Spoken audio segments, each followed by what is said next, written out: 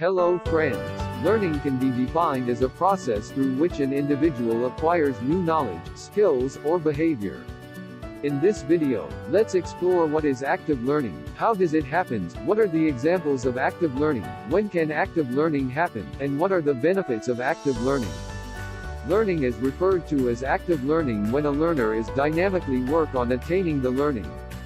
In it, the responsibility for learning lies with the learner. In active learning, the learner takes the ownership of learning and collaborates with others to ensure better learning. Examples of active learning includes the learning attained through taking self-paced courses, getting involved in discussions and role plays, doing group projects, etc. Active learning can happen only when the learners are sufficiently motivated to learn. Active learning helps in reinforcing the concepts that the learner learns. Active learning boosts creativity, encourages collaboration and participation, and helps the learner to learn using trial and error method. This brings us to the end of the video. In this video, we learned what is active learning, how does it happen, what are the examples of active learning, when can active learning happen, and what are the benefits of active learning.